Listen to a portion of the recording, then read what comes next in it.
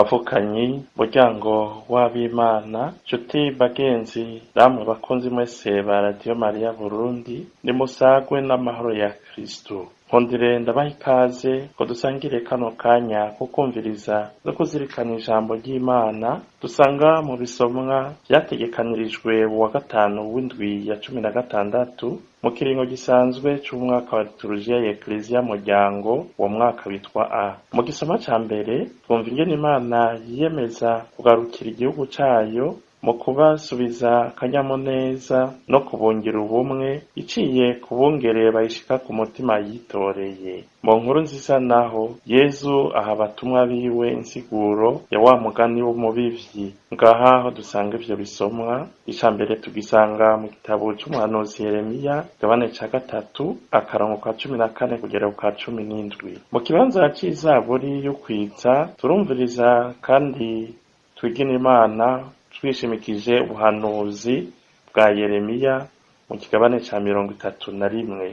Inkuru nziza nayo yashikirijwe na Matayo Mweranda kigabane ca 13 akarongo ka 18 kugera ku ka 23. Kaze twumvirize ry'umukama yagira biwe. Ivyo dusoma mu gitabo c'umuhanuzi Yeremiya. Ngiriri yazwe n'umukama. Garuke mwabahungwanje babaye ibigaba kuko ari jewe mbagaba. Nzobahitana umwe mu gisagara babiri mu muryango mpeze mbajane muri Siyoni. Nzobaronderera abungere dusangiye agatima bazobaragize akenge n'ubwitonzi. Muri iyo minsi nimwamara kugwira mu gihugu nije umukama mbivuze ntibazoba bakiyaga isanduku y'isezerano y'umukama ntibazoba bakiryumvira canke ngo baryibuke ntibazoba bakirikumbura canke ngo basubire kubaza irindi. Muri iyo minsi Yerusalemu niyo bazokwita uruvyagiro rw'umukama, ibihugu vyose niho bizokoranira ku izina ry'umukama, ntibazoba bagikurikiza ubugaba bw'umushaha wabo wuzuye ububisha. Iryo ni ijambo ry'umukama.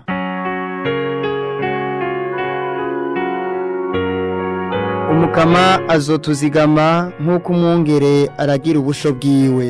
Umukama azotuzigama nk'uko umwungere aragira ubusho bwiwe. Mwantara nimwumvirize ijambo ry'umukama, nimurimenyeshe mu mazinga yo hakurya y'ikiyaga. Washwiragije abanyisirayeli niwe azobakoraniriza hamwe, abazigame nk'uko umwungere aragira ubusho bwiwe. Umukama azotuzigama nk'uko umwungere aragira ubusho bwiwe. Kuko umukama yacunguye aba Yakobo akabakura mu minwe y'ababarushije ingufu, bazoshika ku musozi wa Siyoni bavuza impundu, bazohurumbira ivyiza vy'umukama. Umukama azotuzigama nk'uko umwungere aragira ubusho bwiwe. Abakobwa bazosubira gutambana urweze, sabana sabatama bose bazoba mu kanyamuneza. Nzobakura kugandara mbajane kuvyina, nzobahoza amaganya yanyu ahinduka agahimbare. Umukama azotuzigama nk'uko umwungere aragira ubusho bwiwe.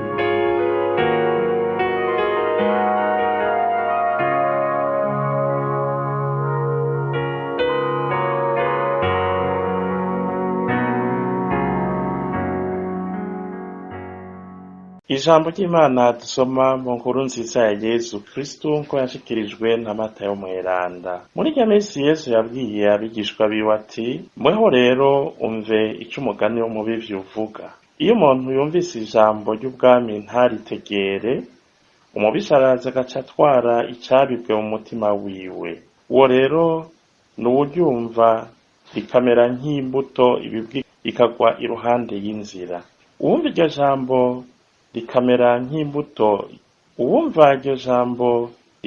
nk'imbuto ibibwe ikagwa ku rutare, n'uwuryumva ubwo nyene agaca ryakirana akanyamuneza, ariko kubera ko ritaba ryashinze imizi muri we, rimara akanya gusa, haza amarushwa canke uruhamo bitewe n'iryo jambo nyene, agaca yidohora.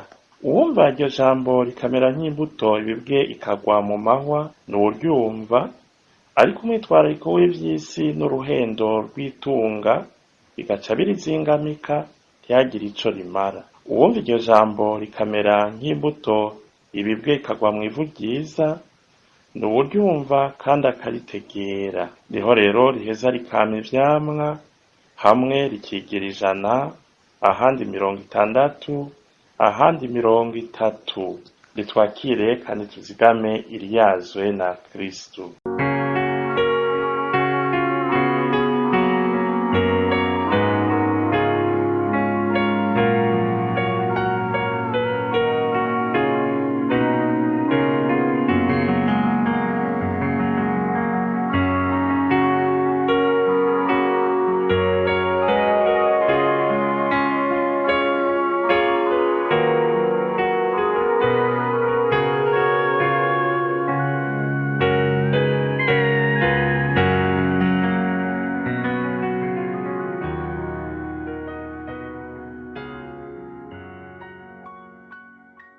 Bavukanyi bakundwa b'Umukama, igihugu c'Imana Umukama yaritoreye akigarurira akanatonesha carikuye kuri we, maze baja mu vyabo. Hanyuma haraba uruhamo ko twavyumvise mu minsi iheze, gushika naho mbere batwagwa kw'imbohe bagacurwa bufuni na buhoro. Ariko Umukama yiyemeje gusubira kubaka igihugu ciwe Israeli no gusubira kwiha izina muri co. Nguwo wa mugambi shingiro w'Imana, umwe yavuga ngo ngiye kugira isi nshasha n'amajuru mashasha. Erega ni ya Mana itareka ngo uwayo ashire aharengetere wagenda akagirire. Ni ya Mana igumana umwizero mu muntu ko ahindukira ivyo twebwe abantu tutagira, kuko twebwe duhebura n'ingoga kandi ntidushira imbere kuremesha. Kenshi imbere turadendura canke tugahohosha, bimwe bita gusonga intere, ha guhagurutsa canke gukirurutsa uwariko aragoyagoya. Hari naho duhohosha umubingo wavunitse. Nitwigishwe n'iyo ngendo y'Imana kandi twihatire kugira nkayo, riho tuzoba ryavu ryiza, ryavu ryagwamwo imbuto ikamera neza, igakura neza, ikama vyinshi vyiza, nk'uko Umukama yabihimiriza abatumwa biwe ngo nabashinze kugenda ngo mwambe icamwa, kandi icamwa gihoraho. Tubisanga mu nkuru nziza yashikirijwe na Yohani Mweranda, kigabane ca 15 akarongo ka 16. Bavukanye, kugira ngo tube koko abama icamwa ciza gihoraho, ari nabo baca baba umunyu n'umuco w'isi, ni ngombwa ko umwe wese yo kwifatira umwanya wo kwirimbura mu kuri, agaheba kugenzwa n'ubutagondwa bw'umutima wiwe.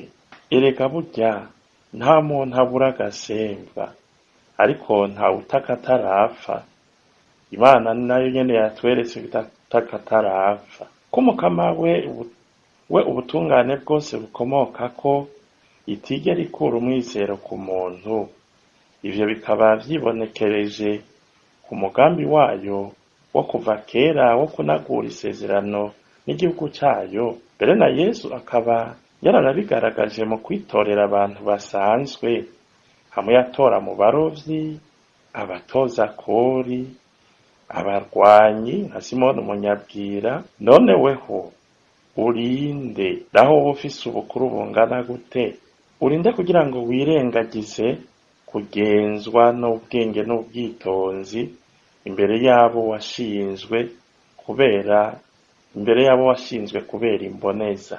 Genzwa n'impuhwe n'ikigongwe nk'ivy'Imana nyene iyo yagutoye ngo ube imbere y'abandi. Umukama Imana ati nzobaha abungere bashika ku mutima, bazobaragirana ubwenge n'ubwitonzi. Twavyumvise mu gitabo c'umuhanuzi Yeremiya, kigabane ca 3 akarongo ka 15. Kugira ngo dushobore kuba muri ico gihari, ni ngombwa dutungwe n'ijambo ry'ubwami, twakirira ahatekanye, tukemera guhindurwa naryo mu korosha umutima, ngo abitorewe n'Imana ngo baridufungurire, barangure ubwo butumwa muri twebwe, bongera nabo nyene babwiroresha ko. erega ijambo ufungurira abandi ni ngombwa nawe ubanze urifungureko urigire rwawe riguhindure, niho mbere abazokubona n'abazokumviriza bazovuga bati urya muntu n'uw'Imana,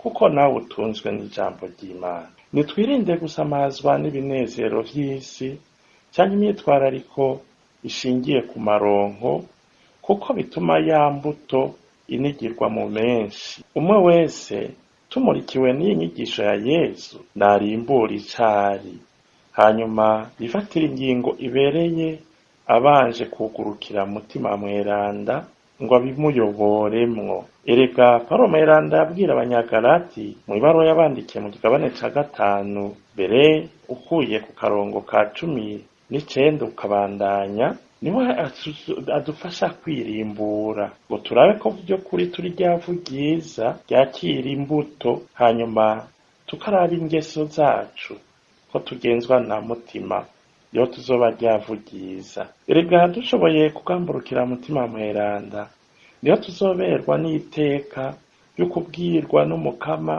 ka kajambo nkoramutima yabwira abigishwa biwe ati mweho rero, kuko yatwitoreye nk'abiwe natwe tukagamburuka kamo kiwe tudakebaguzwa.